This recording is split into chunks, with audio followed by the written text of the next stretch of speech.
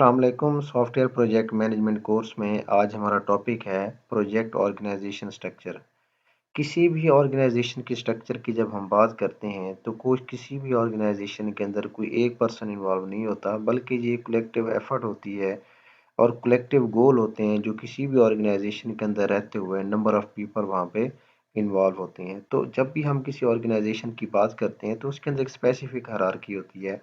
Senior manager के बाद project manager, project manager के बाद जो डिफरेंट डेवलपर्स हैं या डिफरेंट क्वालिटी इंश्योरेंस वाले लोग होते हैं या डिफरेंट और स्किलफुल जितने भी पीपल मौजूद होते हैं या जितनी भी उनको टीम्स के अंदर डिवाइड किया जाता है, एक स्पेसिफिक ऑर्गेनाइजेशन की एक हायरार्की मौजूद होती है। तो हर पर्सन जो है जो उस ऑर्गेनाइजेशन के अंदर मौजूद होता है वो वहाँ पे अपना एक रोल प्ले कर रहा होता है और वो किसी ना किसी को अपने रोल के अंदर रहते हुए रिस्पॉन्सिबल ज़रूर होता है।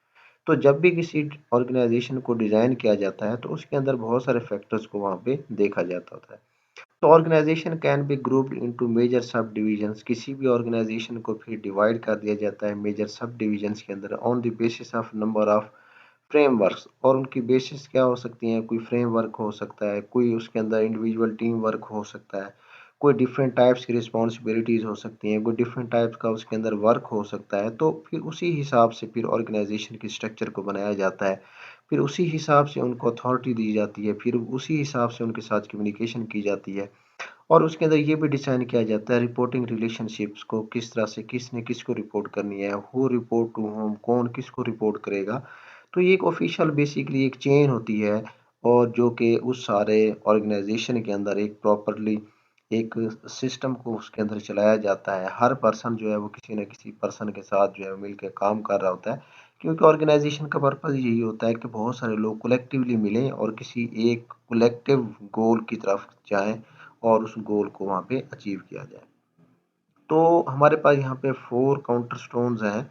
किसी भी मैनेजमेंट एनवायरनमेंट के अंदर हमारे पास 4 काउंटर स्टोन्स हो सकते हैं कि सबसे पहली बात तो ये है कि डेलीगेशन उसके अंदर आ जाती है। डेलीगेशन का मतलब है, जैसे अभी हम डिस्कस कर रहे थे, कि किसी भी ऑर्गेनाइजेशन के अंदर नंबर ऑफ पीपल होते हैं और उनके रोल डिफरेंट होते हैं, उनकी रिस्पॉन्सिबिलिटीज़ डिफरेंट होती हैं। इस मीन्स के हर पर्सन डेलीगेट है किसी स्पेसिफिक रोल के ऊपर, हर पर्सन रिस्पॉन्सिबल है। इस डेलीगेशन का मतलब होता है कि हर पर्सन के पास किसी भी ऑर्गेनाइजेशन के अंदर कोई ना कोई रोल मौजूद होता है, कोई ना कोई रिस्पॉन्सिबिलिटी मौजूद होती है।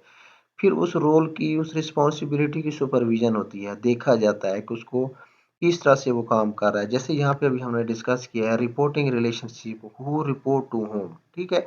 यहाँ पे यही है कि जो स्पेसिफिक डेलीगेट कर दिए गए हैं काम, जो डिफरेंट ऑर्गेनाइजेशन के अंदर जो डिफरेंट पीपल थे, फिर उनकी डेफिनेटली सुपरविजन भी होती है। देखा जाता है कि क्या काम ठीक हो रहा है या काम ठीक नहीं हो रहा, तो उनकी रिस्पॉन्सिबिलिटीज के अकॉर्डिंग जो है उनको फिर वहाँ पे चेक किया जाता है।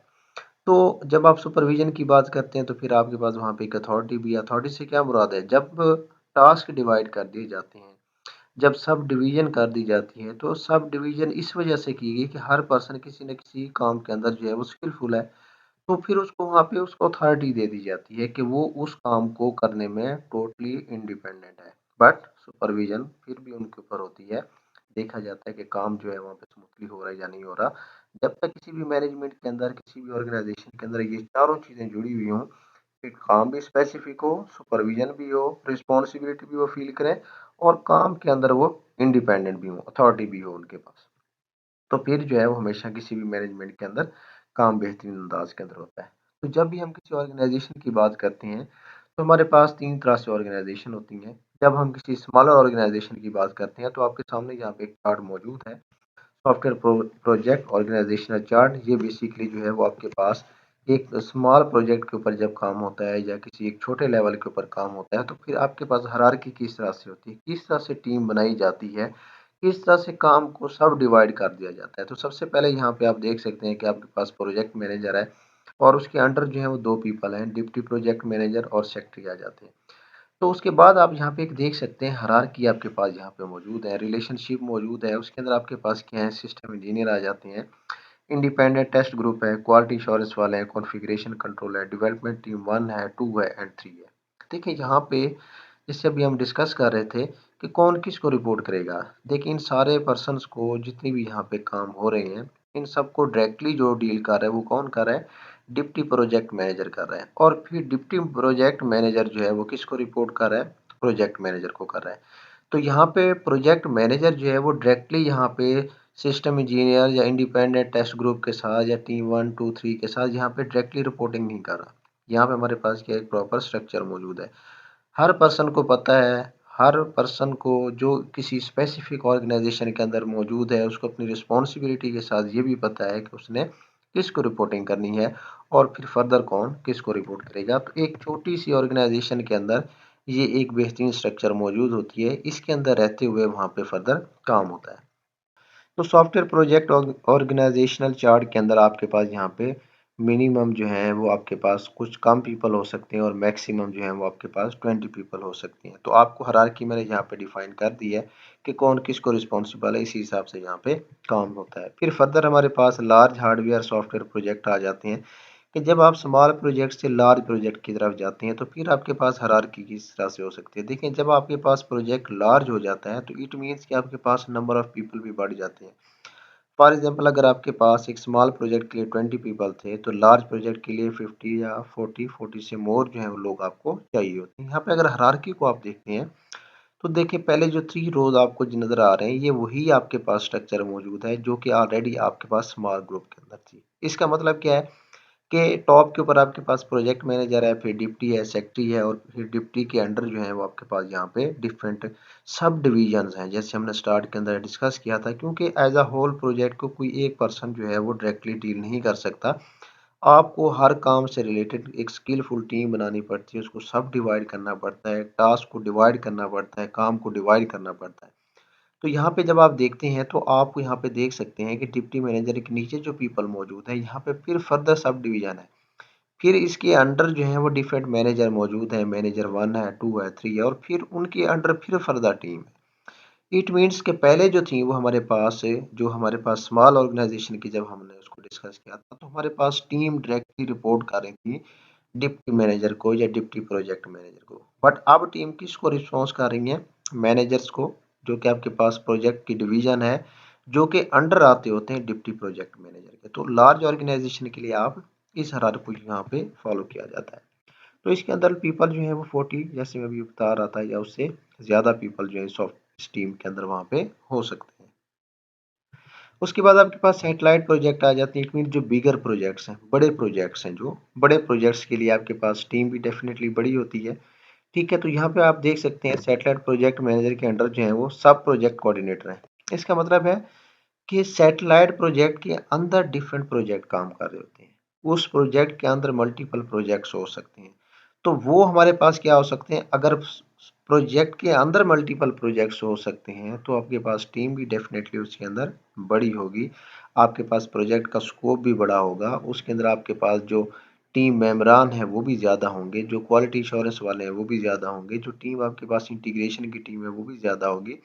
तो डेफिनेटली जो आपके पास डेवलपमेंट का साइज़ है या उसके ऊपर जो लागत है आपके पास या उसकी जो फिर क्वालिटी आपको चाहिए होगी वो भी उसी हिसाब से चाहिए होगी। तो डेफिनेटली आपको एक स्किलफुल टीम चाहिए होगी, एक बड़ी टीम चाहिए होगी। तो सैटेलाइट प्रोजेक्ट के लिए आपके पास फिर उसी हिसाब से आप उसकी काम की सब डिवीजन करेंगे। उसकी वजह क्या आती है? क्योंकि आपके पास उस प्रोजेक्ट के अंदर जो है वो पीपल की तादाद जो है वो ज़्यादा हो सकती है। 100,000 की तादाद के अंदर उसके अंदर पीपल हो सकते हैं। तो इस तरह से आपके पास किसी भी स्मॉल ऑर्गेनाइजेशन से लेकर जब आप लार्ज ऑर्गेनाइजेशन की तरफ जाते हैं या आप सैटेलाइट ऑर्गेनाइजेशन की तरफ जाते हैं तो आपके पास एक स्पेसिफिक हायरार्की हर एक चीज़ के अंदर मौजूद रहती है। वो किस एक टॉप मैनेजमेंट से लेकर आपके पास स्मॉल छोटी टीम तक। बट ये सारे के सारे पीपल जितने भी होते हैं वो एक ही ऑर्गेनाइजेशन के अंदर मौजूद होते हैं। हाँ, ये यहाँ पे तरीकाकार ज़रूर मौजूद हो सकता है कि कौन किसको रिपोर्ट कर रहा है। डायरेक्टली कोई दूसरे पर्सन को रिपोर्ट नहीं कर रहा होता बल्कि एक स्पेसिफिक हायरार्की को फॉलो किया जा रहा होता है। जैसे आपके सामने यहाँ पे नज़र आ रहा है कि जैसे आपके पास यहाँ पे डिफरेंट टीम्स आपको नज़र आ रही हैं। ये टीम्स जो है वो डायरेक्टली पीएम को रिस्पॉन्सिबल नहीं है, पीएम को रिपोर्टिंग नहीं कर रही। ये आपको स्पेसिफिक जो सब डिविजन्स की गई हैं, ये उनको डायरेक्टली रिस्पॉन्स कर रही हैं। तो इस तरह से किसी भी ऑर्गेनाइजेशन के अंदर जो है वो एक वर्क जो होता है वो स्मूथली चल रहा होता है। तो हमारे पास अगर प्रोजेक्ट ऑर्गेनाइजेशन की स्ट्रक्चर की जब हम बात करते हैं तो कुछ सम टाइम कुछ इश्यूज आ जाते हैं। फॉर एग्जांपल, जब आपके पास प्रोजेक्ट का साइज बढ़ता जाता है लार्जर साइज के अंदर तो डेफिनेटली ऑर्गेनाइजेशन बढ़ती जाती है तो कम्युनिकेशन गैप सम टाइम आ जाता है। ह्यूमन कम्युनिकेशन के अंदर थोड़ा बहुत फ़र्क आ जाता है वहाँ पे, क्योंकि पीपल ज़्यादा हो जाते हैं तो हर एक के साथ कम्युनिकेशन जो है वो करना डिफ़िकल्ट होता जाता है। तो ये सम टाइम जो है ऑर्गेनाइज़ेशन इस इश्यू को फ़ेस करती हैं। सम टाइम ये होता है कि जो हार्डवेयर और सॉफ्टवेयर डेवलपमेंट से रिलेटेड प्रोजेक्ट्स होते हैं, उनकी इंस्टॉलेशन जो है वो मुश्किल होती है। उनका सिमल्टेनियसली यूज़ जो है वो बड़ा मुश्किल होता है। तो उसके लिए स्पेसिफ़िक इंटीग्रेशन करनी पड़ती है, सॉफ्टवेयर और हार्डवेयर के दरमियान इंटीग्रेशन होती है। और उसके अलावा फिर डिफरेंट जो टेस्टिंग का एनवायरनमेंट है या टेस्टिंग से रिलेटेड जो इश्यूज़ आते हैं वहाँ पे, वो बहुत ज़्यादा होते हैं। तो उस पर्पज़ के लिए स्पेसिफ़िक डेडिकेटेड लोगों की ज़रूरत होती है। तो वो प्रोजेक्ट जो है वो आपके पास लिए एक स्पेसिफ़िकली एक टेक्निकल प्रोजेक्ट होता है और फिर रिक्वायर करता है आपके पास स्पेसिफ़िक सोफिस्टिकेटेड नॉलेज होना चाहिए। तो थर्डली जो होता है वो high reliability system. Some time आप किसी ऐसे सेंसिटिव इशू के ऊपर प्रोजेक्ट बना रहे होते हैं, जैसे कि मिलिट्री का प्रोजेक्ट है या कोई एटॉमिक से रिलेटेड कोई प्रोजेक्ट है, तो वहाँ पे सिक्रेसी प्राइवेसी बड़ी मैटर करती है कि कोई इन्फॉर्मेशन जो है वो बाहर ना लीक हो। जो उसकी टेस्टिंग है, जो जो आपका प्रोजेक्ट है या जो डेवलपमेंट आप उसके ऊपर कर रहे हैं, तो उसकी रिलायबिलिटी बड़ी मैटर करती है, उसकी क्वालिटी एश्योरेंस जो है वो बहुत ज़्यादा मैटर करती है।